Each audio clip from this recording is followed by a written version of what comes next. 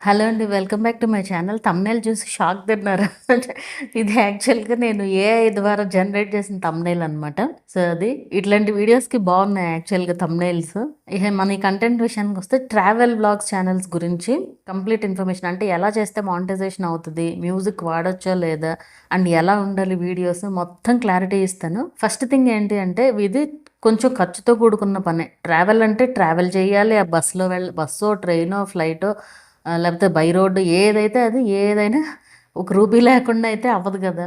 So, కొంచెం ఖర్చు బానే అవుతుంది వాటిలికి. అలాగే అక్కడ బయటకు వెళ్ళినప్పుడు ఉండడానికి రూమ్స్ అని, అయ్యని, ఇయ్యని ఏదో ఒక ఖర్చు ఉంటూనే ఉంటది. కొంచెం కాస్ట్‌లీ అనే చెప్పొచ్చు ఇలాంటివన్నీ మాత్రం. అయితే నేను గమనించిందేంటి అంటే ఎక్కువగా మనకి రీచ్ రాలేదనుకోండి ఈ టైప్ ఆఫ్ ఛానల్స్‌కి ఆటోమేటిక్‌గా రీచ్ రావాలి. అది రాలేదనుకోండి చాలా కష్టం రీచ్ అవ్వడం. వస్తే షార్ట్స్ వస్తే సెర్చ్‌లోనే వస్తాయి. అంటే ఇప్పుడు ఒక ప్లేస్ గురించి ఎవరైనా సెర్చ్ చేశారనుకోండి, వాళ్ళకే మన మన వీడియో కనిపించిందనుకోండి, కనిపిస్తే చూస్తే అట్లా సెర్చ్‌లో వచ్చినట్లే. అట్లా మనకి సెర్చ్‌లో వచ్చినా కూడా మంచిదే గానీ, కాపోతే ఆటోమేటిక్‌గా రీచ్ అయినాయి అనుకోండి, బ్రౌజ్ ఫీచర్స్ ద్వారా వ్యూస్ ఎక్కువొస్తే మంచిగా గ్రో అవుతదనమాట ఛానెల్. అలా రావాలి. ఎందుకంటే ఇప్పుడు కొంతమంది అన్ని ప్లేసెస్‌కి వెళ్ళలేరు. అంటే వాళ్ళకి ఆ వెళ్ళే పరిస్థితులు లేకపోవచ్చు. అలాంటి వాళ్ళేంటంటే ఖచ్చితంగా చూస్తారు.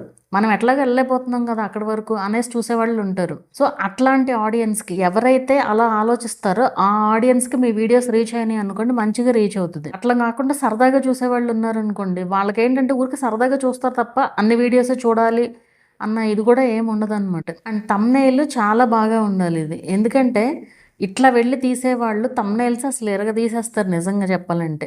అంటే వాళ్ళు చేసుకోనివ్వండి లేదా బయట చేయనివ్వండి ఏదైనా సరే చాలా నీట్‌గా ఉంటాయి థంబ్‌నెయిల్స్ ఇవి. మెయిన్ థంబ్‌నెయిల్ అనేది చాలా చాలా ఇంపార్టెంట్.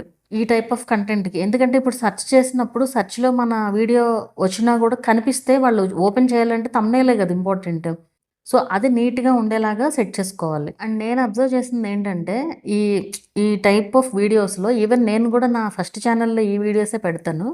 అంటే బయటికెళ్ళినప్పుడు ఏదన్నా ఒక ప్లేస్‌ని తీసుకొని దాన్ని వీడియో తీయడం అట్లాగా. అదేంటంటే మనం అసలు ఆ మొమెంట్‌ని ఎంజాయ్ చేయలేము. ఎంతసేపు ఈ వీడియో తీయాలి, ఏం చెప్పాలిక్కడ ఈ వీడియోలో, లేపోతే ఇది అంతా ఇహ అదే తిరుగుతా ఉంటది మైండ్‌లో. అండ్ వీటిల్లో ఏంటంటే మొత్తం చెప్పగలిగితే బావుంటది. అంటే ప్రైజెస్‌తో సహా. అంటే ఇప్పుడు తక్కువలో ఏదైపోతది అంటే ఎట్లా వెళ్తే తక్కువలో అయిపోతది. కొంతమంది వీటిల్లో అబద్ధాలు చెప్పేవాళ్ళు గూడా ఉంటారు. అంటే ఇంత తక్కువ బడ్జెట్‌లో వెళ్ళొచ్చేసాము అట్లాగా. అది ఇంపాసిబుల్ కొన్ని కొన్ని సార్లు.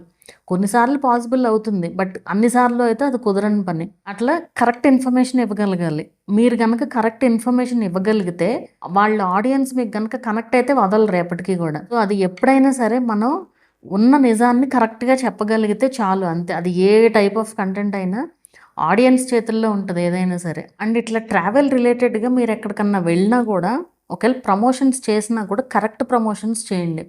అంటే ఇప్పుడు కొంతమంది ఎట్లా అంటే, ఛానెల్ పేరు పెట్టుకొని ఛానెల్ ఉంది లేదా ఇన్‌స్టాగ్రామ్ ప్రొఫైల్ ఉంది అని చెప్పి, అక్కడికి వెళ్ళిన తర్వాత వాళ్ళకిట్లా చెప్పి అమౌంట్ తగ్గించమనో, లేదంటే అసలు ఫ్రీగా ఇవ్వమనో, మేము ప్రమోట్ చేస్తామని ఇట్లా చెప్తా ఉంటారు. అది అలా ప్రమోట్ చేసినా గూడా మీరు ఉన్నది ఉన్నట్లుగా చెప్పగలిగితే మంచి ఆడియన్స్ కనెక్ట్ అవుతారు మీకు. ఎందుకంటే అక్కడ నిజంగా ఏం జరుగుతుందనేది తెలియాలి. ఇప్పుడు మీరు అక్కడ అసలు సరిగ్గా లేదు. అయినా సరే మీరు పాజిటివ్‌గా చెప్పారనుకోండి, అక్కడికి వెళ్ళిన వాళ్ళు తర్వాత ఇబ్బంది పడతారు గదా! సో, అది అట్లాంటివి లేకుండా చూసుకోవాలి. సో, ఏదున్నా మాక్సిమం జెన్యూన్‌గా చెప్పడానికి ట్రై చేయండి. అండ్ అమౌంట్ ఎంతవుతుంది?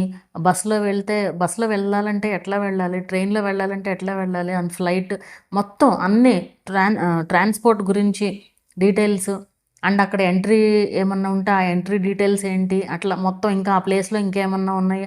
ఇట్లా మొత్తం మీరు క్లారిటీగా చెప్పగలిగితే ఆ వీడియో ఓపెన్ చేసిన వాళ్ళకి మొత్తం తెలియాలి.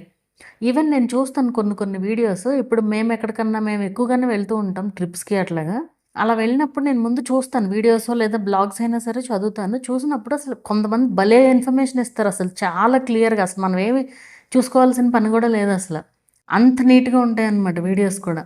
అలా ఇవ్వగలిగితే ఖచ్చితంగా రీచ్ పెరుగుతుంది ఛానల్‌కి. అండ్ మ్యూజిక్ విషయానికొస్తే, మ్యూజిక్ వాడొచ్చా ఈ టైప్ ఆఫ్ కంటెంట్‌కి అంటే, ఇక్కడ మీరు కొంతమంది ఏం చేస్తారంటే షార్ట్స్‌లో ఊరికే జస్ట్ సీనరీస్ చూపిస్తూ, లేకపోతే కార్‌లో వెళ్తున్న వీడియో తీసేసి మ్యూజిక్ పెడతారు. అది ఏదన్నా 1, 2 ఉంటే పర్వాలేదు మీ ఛానల్‌లో.